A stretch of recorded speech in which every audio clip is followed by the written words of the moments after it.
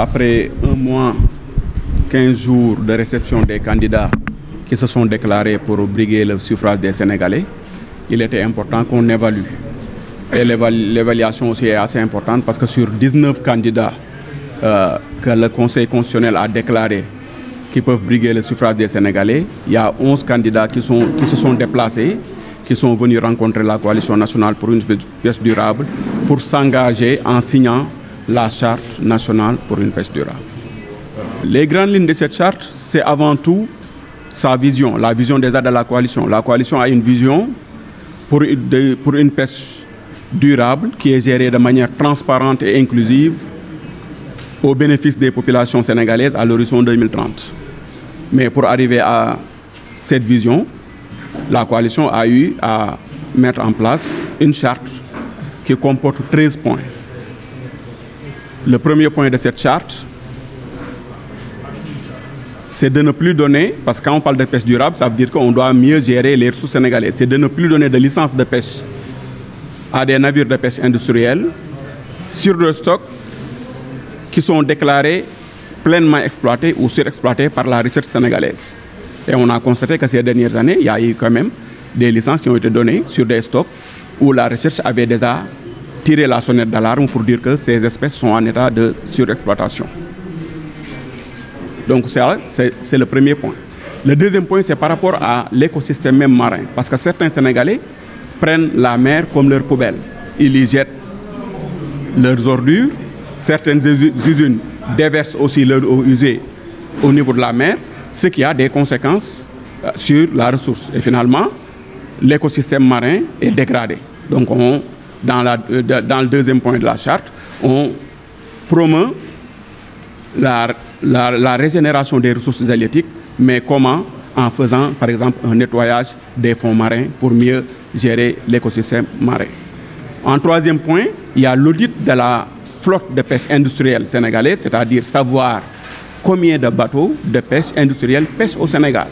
Et sur ce point-là, pour rappel que ça fait des années que les organisations de pêche demandent au ministère de tutelle de publier le listing des navires de pêche industrielle autorisés à pêcher au Sénégal, mais cette publication n'a jamais eu lieu.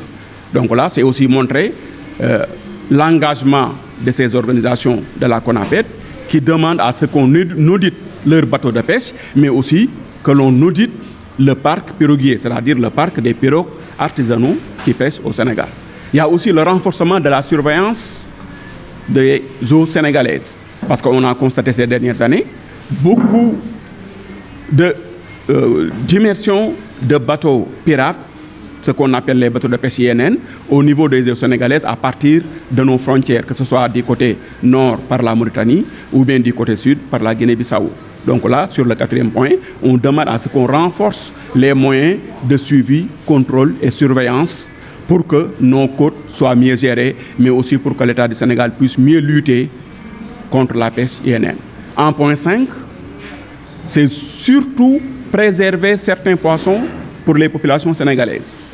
Aujourd'hui, la majorité des populations sénégalaises consomment 2 poissons principalement.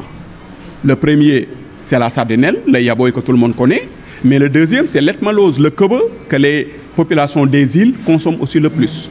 Et dans cette charte, on demande à ce que ces 2 espèces soient exclusivement réservées aux nationaux, que ce soit des pirogues de pêche qui puissent le pêcher au Sénégal, que ce soit des navires sénégalais, que ce soit aussi des mareyeurs sénégalais qui puissent fournir ce poisson-là aux Sénégalais de l'intérieur, mais aussi que des femmes transformatrices puissent avoir accès à ce poisson pour pouvoir continuer à faire vivre les Sénégalais avec les poissons fumés, comme le ketchak, qui fait nourrir les Sénégalais de l'intérieur qui n'ont pas accès aux poissons frais. Donc sur les 5 premiers points, voilà ce que dit la charte. Donc c'est aussi une charte qui est assez longue, c'est 13 points, mais au moins vous avez en lieu de mire les 5 qui sont les plus importants.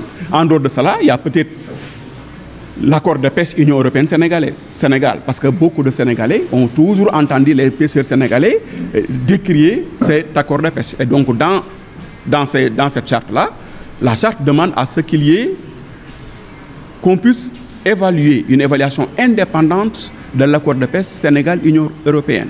Et quand cette évaluation aura été faite d'une manière indépendante, que les résultats puissent être accessibles à toutes les organisations de pêche. Parce que souvent, on nous dit que l'Union européenne a évalué. Mais le pêcheur sénégalais n'a pas accès pour savoir comment l'Union européenne a évalué et quels sont les tenants et les aboutissants de cette évaluation-là de l'Union européenne. C'est pourquoi aussi dans la charte, c'est demandé une évaluation indépendante de l'accord de pêche Union européenne-Sénégal. Il y a aussi quelque chose qui est nouveau aujourd'hui au Sénégal, c'est la recherche pétrolière et gazière.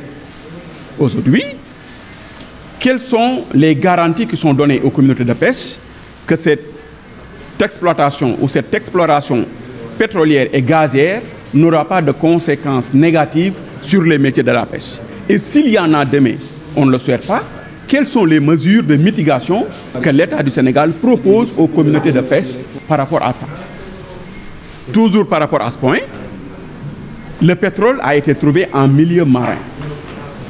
S'il y a des catastrophes en milieu marin, c'est vrai que tout le Sénégal va le ressentir, mais le premier qui va le ressentir, c'est l'acteur de la pêche.